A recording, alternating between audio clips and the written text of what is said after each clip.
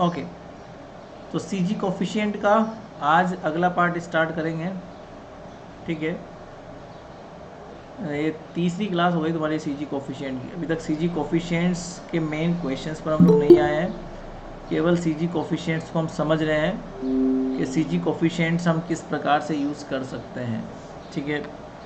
तो हेडिंग दो, recursion relation या फिर रिकर्जन रूल एक ही बात है।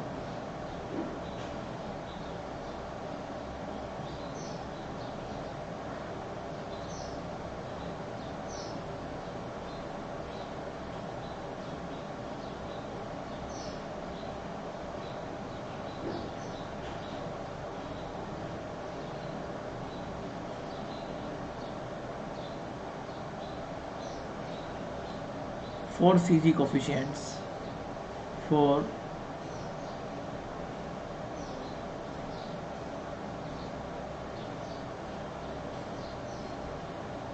CG कोफिशिएंट्स, ठीक है ना। इन रूल्स से ही हम लोग जो है आगे वर्क करेंगे।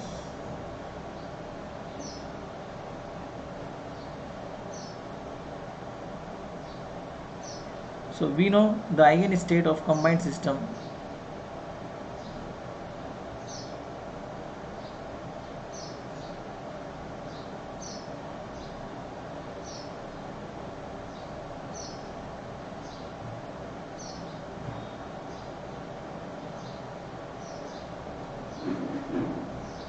eigenstate of combined system क्या होती है, आप लोगों ने लिखी हुई है ना पहले। कंबाइंड सिस्टम की आइगन क्या होती है? Summation of J1 prime J2 prime. हम लोगों ने शायद पहले प्राइम में नहीं लिखा था, कोई बात नहीं, अभी प्राइम में लिख लो, बिना प्राइम के भी काम चल जाएगा।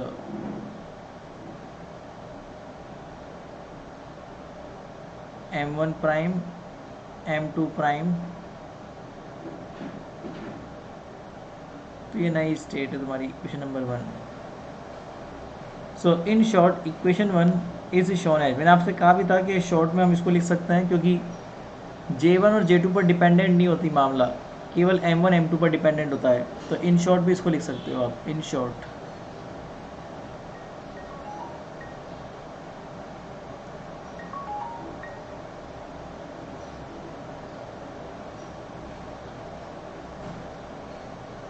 इन शॉर्ट कैसे लिख सकते हो आप ऐसे? JM is equal to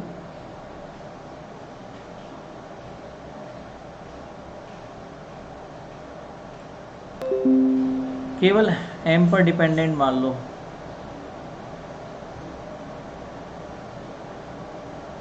M1 prime और M2 प्राइम, ठीक है। यहाँ पर भी M पर डिपेंडेंट मान लो, J1 J2 पर डिपेंडेंसी वैसे भी बहुत कम होती है, तो M1, ठीक है। अब अगर मैं इस पर J प्लस ऑपरेटर ऑपरेट करवा दूँ, ऑपरेटिंग J प्लस ऑपरेटर,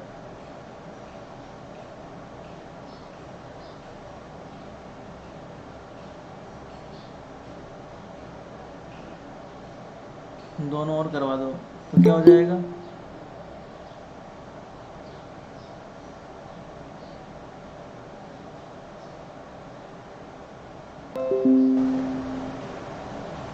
यहाँ पर J प्लस करवा दो JM के ऊपर, यहाँ पर भी J प्लस करवा दो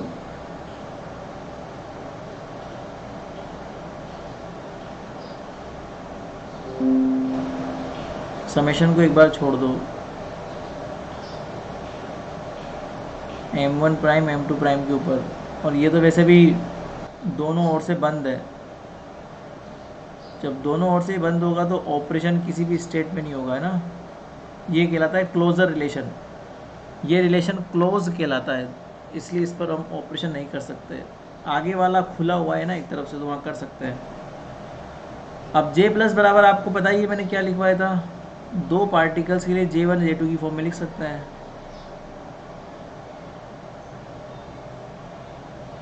तो आप इसको ऐसे भी लिख सकते हो,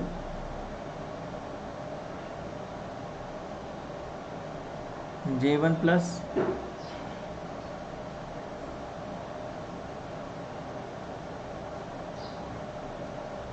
plus J2 plus.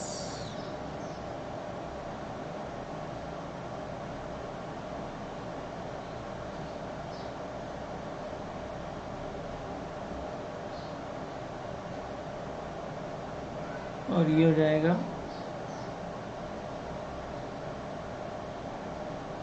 M1 M2 और ये JM। ठीक है। अब आपको ये बात पता है कि अगर J1 को हम ऑपरेट करेंगे तो J1 प्लस को ऑपरेट कराएंगे तो J1 को ऑपरेट कराने पर कितना हो जाएगा, आइगन वैल्यू आपको पता ही है। J प्लस को जब भी हम ऑपरेट करवाते हैं, मैं यहाँ लिख ही दे रहा,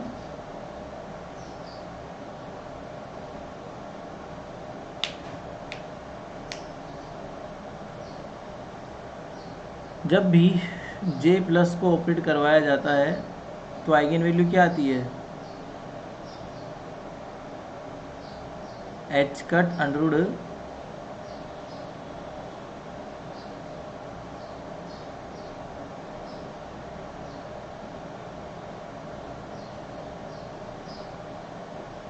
पता है आपको, बराबर जब आप J1 प्लस को करवाओगे तो एच कट दोनों में आएगा।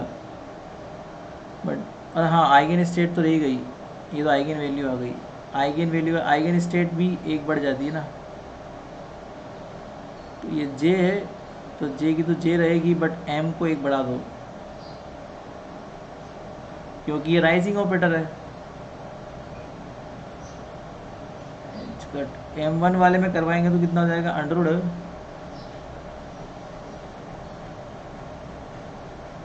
J1 prime plus 1 minus M1 prime plus 1 multiply with the, मतलब ऑपरेशन जब होगा तो ये M1 को एक बढ़ा देगा तो M1 प्राइम का ये कर देगा M1 प्राइम प्लस 1 और M2 के ऊपर कोई छेड़छाड़ नहीं। ठीक है, आगे देखो प्लस, यही काम आप करोगे 2 के साथ तो ये हो जाएगा, इसके ऊपर ऑपरेशन है ना, तो ये क्या कर देगा, ये J2 prime plus 1 minus M2 prime plus 1। ठीक है, और ये M2 को एक बढ़ा देगा, M1 को कुछ नहीं करेगा, खत्म काम। और रिकर्जन रिलेशन जो, ये क्लोजर रिलेशन जो है वो तो वैसा का वैसा ही रहेगा।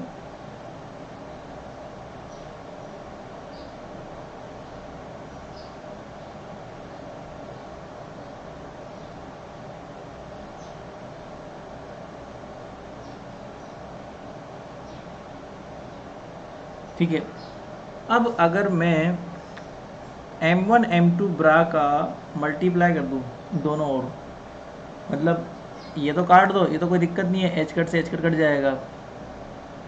बट इसके बाद अगर मैं M1 M2 का ऑपरेशन करा दूँ, मान लो, या फिर एक कर मल्टीप्लाई कर दो, सो मल्टीप्लाई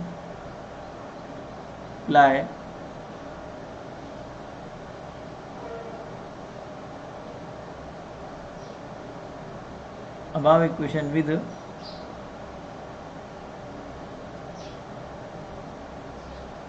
M1 M2 क्या हो जाएगा,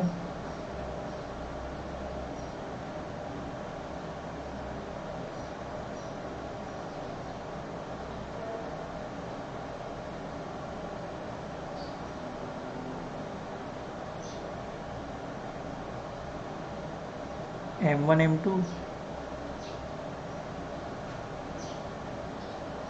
m+1 बराबर, यहाँ पर ये कितना है, अंडर रूट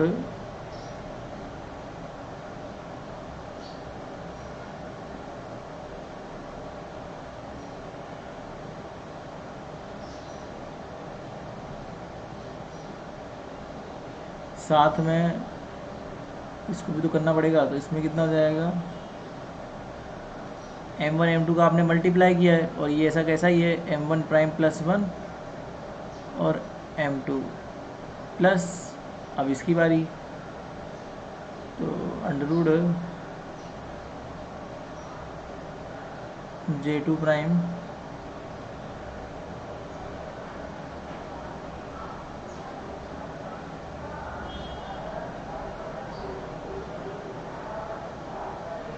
और m1 m2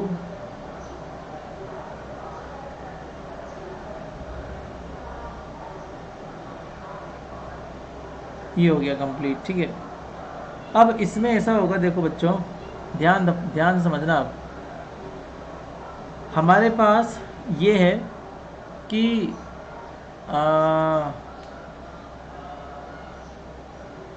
जब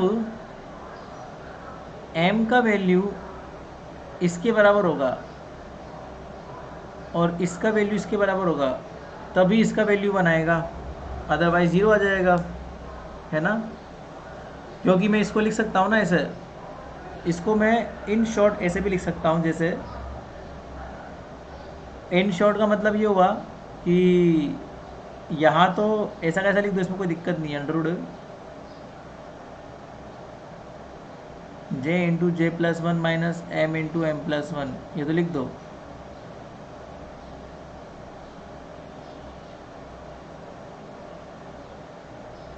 बट इसको मैं इन शॉर्ट ऐसे लिख सकता हूँ, under root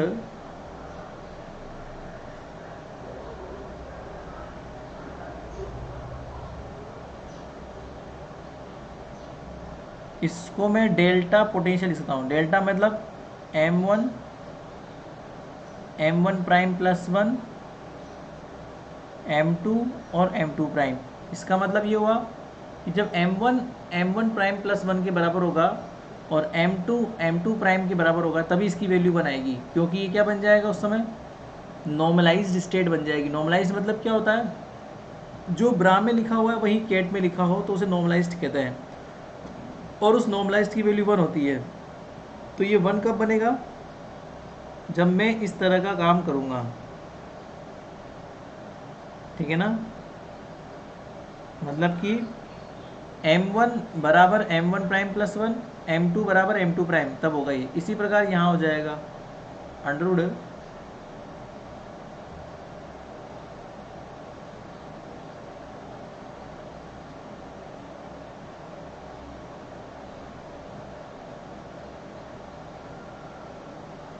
delta m1 prime.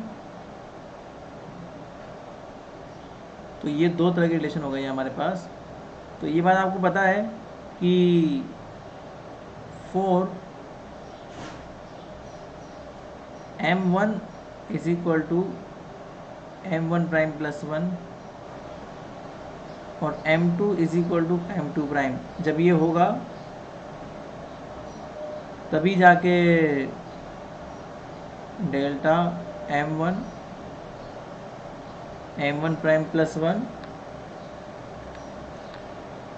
और,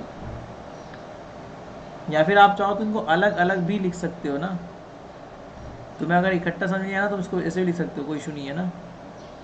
तुम्हें इस सुविधा के लिए लिखता हूँ मैं, m1 m2 अलग अलग लिख सकते हो आप, कोई इशू नहीं है ना। इसको अलग से डेल्टा बना लो m2 प्राइम का, यहाँ बना लो m2 प्राइम प्लस 1 का, ठीक है। तो इस पहली वाली कंडीशन के लिए पहला वाला डेल्टा वैल्यू होगा, मतलब कि अगर ये पहली कंडीशन सेटिस्फाई होगी इसका मतलब डेल्टा m1 प्राइम प्लस 1 की वैल्यू कितनी आएगी 1, और इस कंडीशन में m2 और m2 प्राइम कितना होगा 1। और आप चाहो तो इकट्ठा भी लिख सकते हो, कोई दिक्कत नहीं है ना।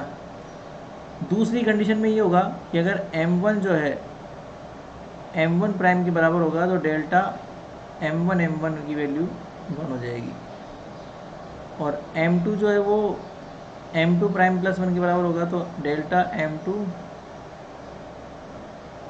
बस। तो इन्हीं कंडीशन से ये चीज़ें शो होगी। सो दिस इक्वेशन आप ऐसे बोल सकते हो, जब अगर मैंने ऐसा कर दिया, अगर मैंने ऐसा कर दिया इसको 1 करने के लिए, तो इसका मतलब मुझे क्या करना पड़ेगा कि मैं यहाँ पे कलर चेंज करके आपको बता रहा हूँ करना क्या है। मतलब कि मुझे इसको 1 करना है, तो मुझे इसको 1 करने के लिए ये वाला काम करना पड़ेगा। इस काम में मुझे m1 प्राइम को रिप्लेस करना पड़ेगा m1 माइनस 1 से। क्या बोला मैंने? m1 प्राइम को m1 माइनस 1 से रिप्लेस करना पड़ेगा, ठीक है ना। तो यहाँ मैं लिख देता हूँ कि इस काम को करने के लिए मुझे क्या करना है,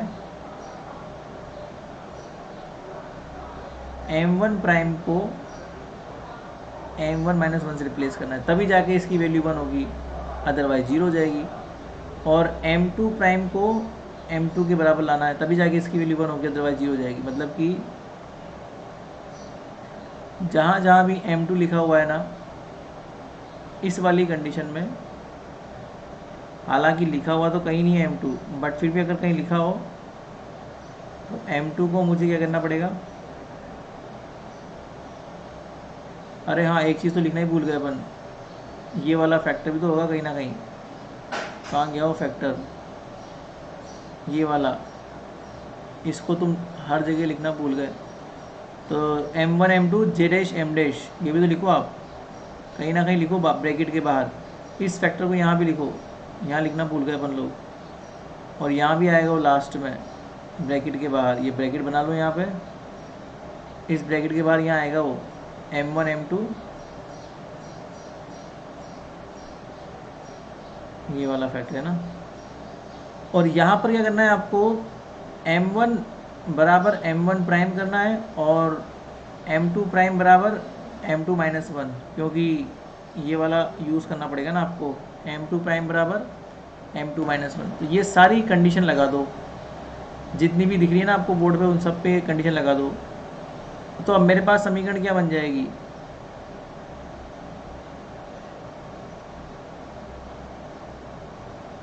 दैट इज अंडरवुड, यहाँ से स्टार्ट करता हूँ मैं इक्वेशन लिखना, अंडरवुड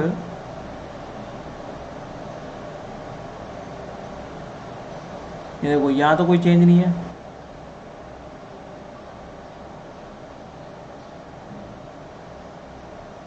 कोई दिक्कत नहीं, ये भी कोई चेंज नहीं है, m1 m2,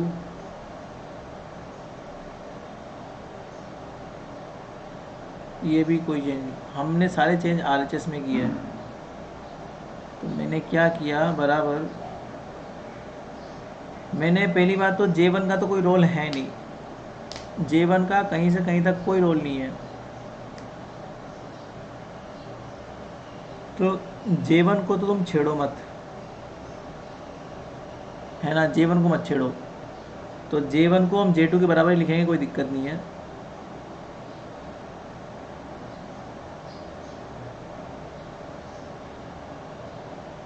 J1 को तो J1 के बराबर लिखो, J1 प्लस 1। अब जो काम करना है वो M1 में करना है, तो M1 बराबर क्या करना है, M1 माइनस 1 करना है। M1 प्राइम मतलब M1 माइनस 1, और यहाँ पर भी क्या करोगे, M1 प्राइम मतलब M1 प्राइम प्लस 1। अच्छा इसकी वैल्यू क्या है, M1 है, तो M1 कर दो, ख़त्म काम। और इसकी वैल्यू 1 हो गई इस स्थिति में। दूसरा काम करना है प्लस, J2 में तो कुछ नहीं करना,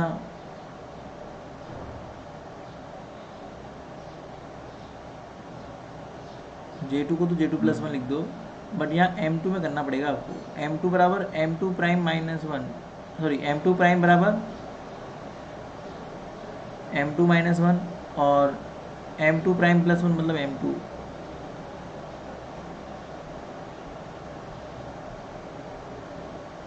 बस ख़त्म काम। और फिर इसके बाद मैं जो है यहाँ पर कर दो। अब समस्या ये है कि ये जो फैक्टर था ना, ये वाला फैक्टर दोनों में मल्टीप्लाई है। ये फैक्टर इसमें ही मल्टीप्लाई था इस टर्म में, और ये फैक्टर इस टर्म में मल्टीप्लाई था। अब इस फैक्टर को आपको अलग अलग लिखना पड़ेगा। मतलब ये है कि जब आप इस फैक्टर को यहाँ लिखोगे ना इस स्थिति में, तो यहाँ पर आपको ऐसा लिखना पड़ेगा। देखो यहाँ पर m1 की जगह, m1 प्राइम की जगह आपको लिखना पड़ेगा m1 माइनस 1, m2 प्राइम की जगह m2 लिख दो, और j प्राइम m प्राइम में कोई चेंज नहीं है। और जब आप इस फैक्टर को पीछे लिखोगे तो m1 प्राइम में तो कोई चेंज नहीं है, m1 की जगह ये है, पर m2 प्राइम की जगह आपको लिखना पड़ेगा m2 minus 1 j prime h prime. खत्म। तो ये वाला पार्ट कहलाता है। तो इसे हम क्या बोलते हैं? इसे हम बोलते हैं recursion relation. That is equation number 5 दे दो इसको। सो ये यूज़ करेंगे हम लोग आगे ना। इक्वेशन 5 shows the first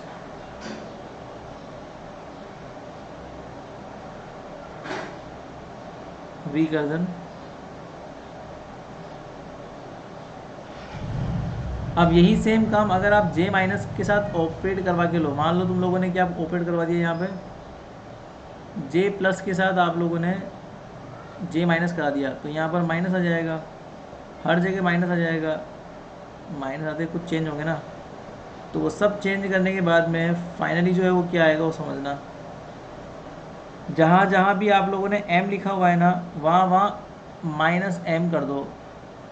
यही सेम काम सिमिलरली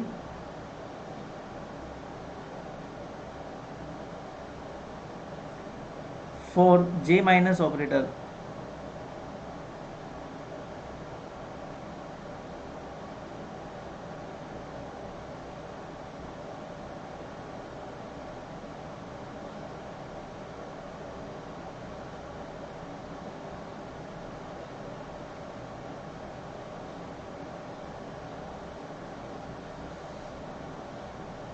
देखो क्या करना है।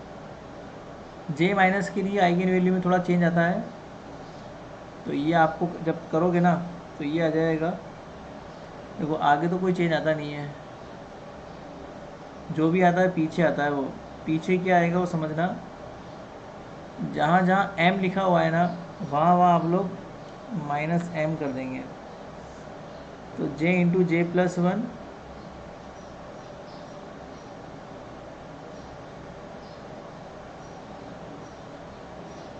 और माइनस m कर दो, तो यहाँ पे कितना हो जाएगा?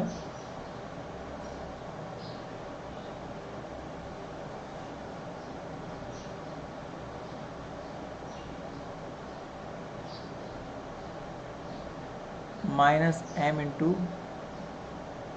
m minus 1। और यहाँ पर तो कोई चेंज होगा नहीं, इसका मतलब यहाँ पर आप लोग को एक स्टेट डाउन करनी पड़ेगी। ठीक है, वही सेम काम यहाँ करना पड़ेगा। अंडरवुड यहाँ पर होगा J1। अब यहाँ पर M1 माइनस 1 था, तो यहाँ पर आपने क्या लिखा था? M1 माइनस 1 लिखा था। बट अब ये आपको करना पड़ेगा M1 plus m multiply with the M1, और ये हो जाएगा, जिससे पहले क्या लिखा था आपने? M1 माइनस M1 था ना, M1 प्लस M1 कर दो, और ये M2 है। ठीक है, और ये हो जाएगा J प्राइम M प्राइम। ऐसे यहाँ कर दो 2 वाले में प्लस अंडरवुड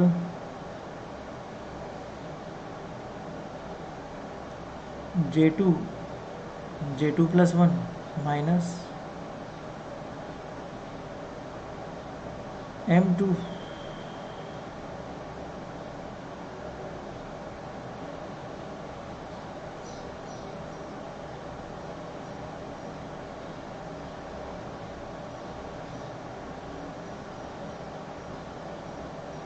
ये वाली बात, ठीक है। इसे कहते हैं second recursion relation, that's called the second recursion relation, ठीक है। अब फटाफट से आप इसकी प्रॉपर्टीज़ लिख लो ताकि आज वाली क्लास ख़त्म करें प्रॉपर्टीज़ लिख के। अब लिखते हैं प्रॉपर्टीज़ ऑफ सीजी कोफिशिएंट्स और कन्वेंशनल प्रॉपर्टीज़, मतलब पुरानी प्रॉपर्टीज़। ये कन्वेंशनल मतलब होता है पुरानी, कोई नई चीज़ नहीं है ना।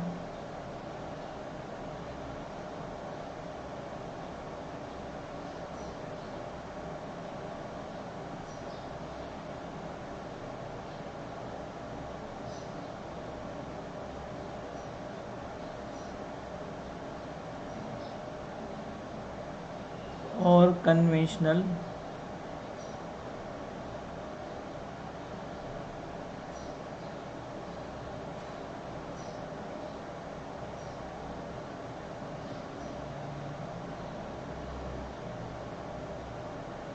मतलब ऐसी कोई खास प्रॉपर्टी नहीं है, पुरानी प्रॉपर्टी है।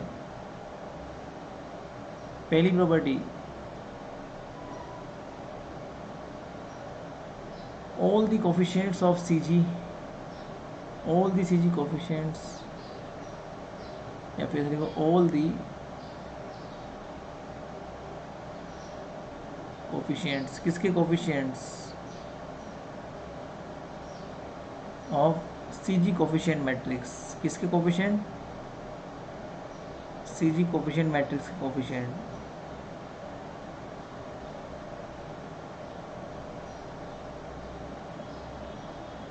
are real,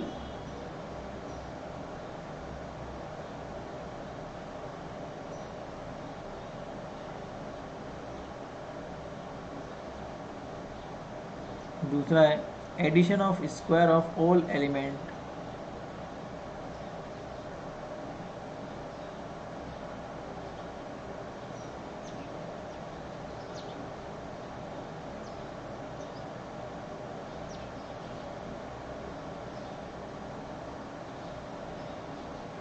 of row in CG coefficient matrix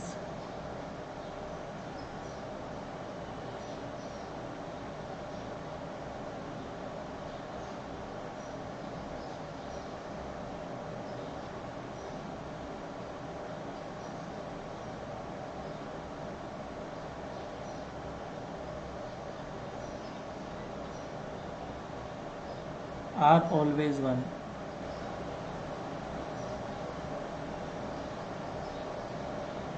ये तो आपको पता ही है, ये हम लोगों ने पढ़ी हुई है, नॉर्मलाइजेशन प्रॉपर्टी है। जैसे मान लो A11 का स्क्वायर है, A12 का स्क्वायर है, A13 का स्क्वायर है, A14 का, जितने भी कोफिशिएंट्स हैं ना मैट्रिक्स में, वो सबकी वैल्यू 1 होती है एडिशन में।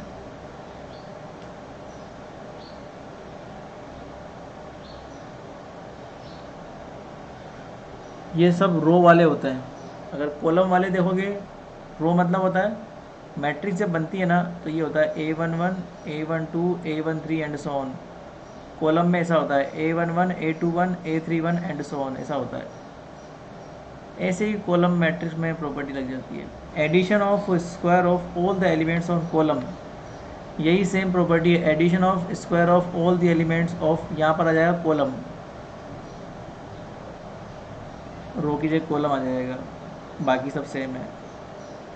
इस कॉलम वाले की भी वैल्यू 1 होती है। जैसे मान लो कॉलम में क्या क्या जाएंगे, A11 का स्क्वायर प्लस 12 की जगह 21 आ जाएगा, 13 की जगह 31 आ जाएगा। इन सब की वैल्यू क्या रहेगी, 1 रहेगी, ठीक है ना। और एक लास्ट प्रॉपर्टी और लिख लो, property number 4,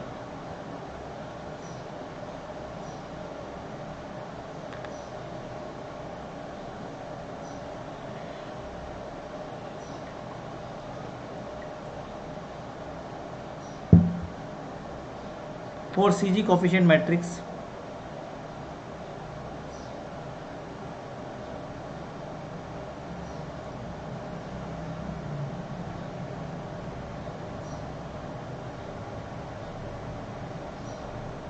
the component satisfy the normalisation condition.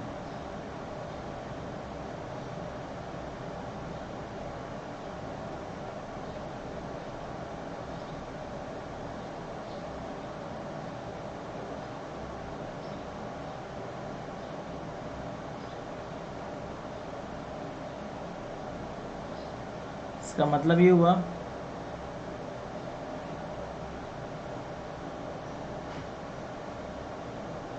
ये जो कंडीशन है ना, या फिर इसको लॉन्ग फॉर्म में आप लिखते हो तो J1 J2, ये लॉन्ग फॉर्म है, वो शॉर्ट फॉर्म था।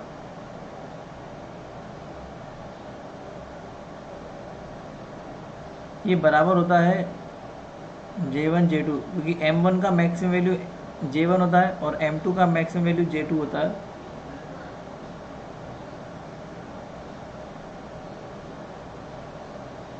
ये मैक्सिमम वैल्यू की करस्पॉन्डिंग है, ये मैंने आपको लिखवाया था ना, M1 का मैक्सिमम वैल्यू J1 और M2 का मैक्सिमम वैल्यू J2 होता है, तो मैक्सिमम करस्पॉन्डिंग इसका वैल्यू 1 होता है। तो ये तुम्हें सारी सीधा याद रखना है। ये तुम्हें पता ही है कि M1 जो होता है ना, जब वो मैक्सिमम होगा तो J1 होगा, और M2 जो है वो मैक्सिमम होगा तो J2 होगा। तो ये सारी प्रॉपर्टीज़ हैं जो हम लोग यूज़ करेंगे कंस्ट्रक्ट करने के लिए, और कल हम करेंगे कंस्ट्रक्ट। क्या? Hello sir. हाँ बोलो। सर पहले वाले डेरिवेशन को एक बार और समझा दो, इक्वेशन नंबर 3 से।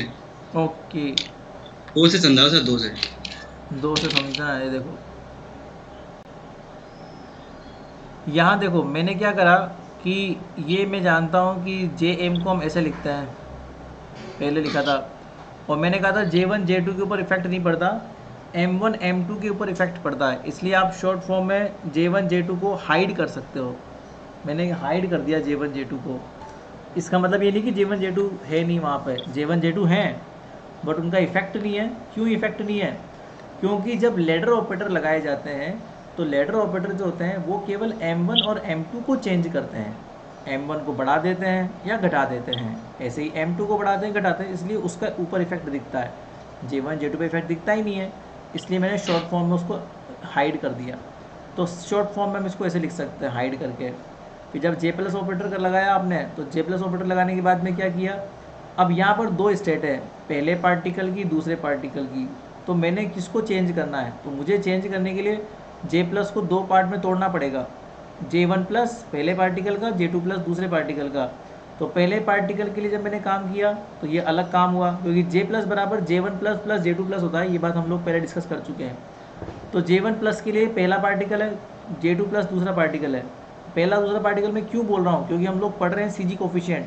CG कोफिशिएंट क्या होता है? Addition of angular momentum. तो ये एंगुलर मोमेंटम का एडिशन है, इस तरह से पहले और दूसरे पार्टिकल के लिए। फिर आगे देखो, जब आप J1 प्लस कराओगे तो पहले पार्टिकल की M1 स्टेट में चेंज आएगा, वो मैंने कर दिया। J2 कराओगे तो दूसरे पार्टिकल की मतलब M2 में चेंज आएगा, तो वो मैंने कर दिया।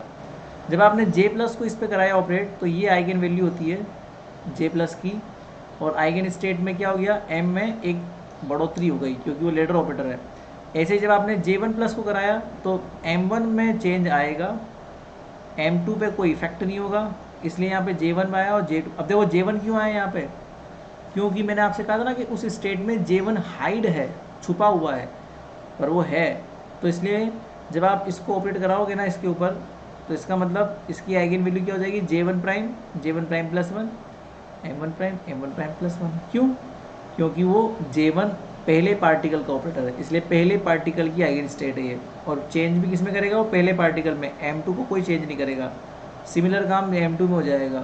जब दूसरे पार्टिकल में कराओगे तो केवल दूसरे पार्टिकल की स्टेट चेंज होगी, दूसरे पार्टिकल की आइगन वैल्यू आएगी, पहले पार्टिकल में कोई चेंज नहीं है।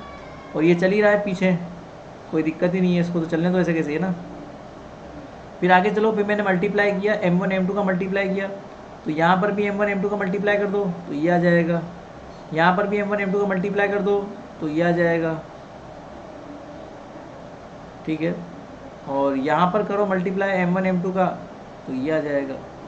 ये वाली स्टेट में लिखना भूल गया था, इसलिए आप लोग यहाँ लिख लेना अलग से, है ना, ब्रैकेट के बाद में ये हमेशा चलती रहेगी स्टेट, है ना। तो इस स्टेट को आप जो है इसे बोलते हैं क्लोजर रिलेशन, तो उसको आप पीछे लिख देना। फिर आगे चलो, फिर मैंने क्या किया, मैंने इसको डेल्टा फॉर्म में लिख दिया। डेल्टा फॉर्म का मतलब ये होता है कि जब आप m1 को m1 प्राइम प्लस वन के बराबर रख देंगे, m2 को m2 प्राइम के बराबर रख देंगे, तो ये क्या हो जाएगा, नॉर्मलाइज्ड, क्योंकि ब्रा और केट में सेम वैल्यू बन जाएगी। जब ब्रा और केट में सेम वैल्यू बनती है तो उसे नॉर्मलाइज्ड कहते हैं, और जब नहीं बनती तो उसे ऑर्थोगोनल कहते हैं।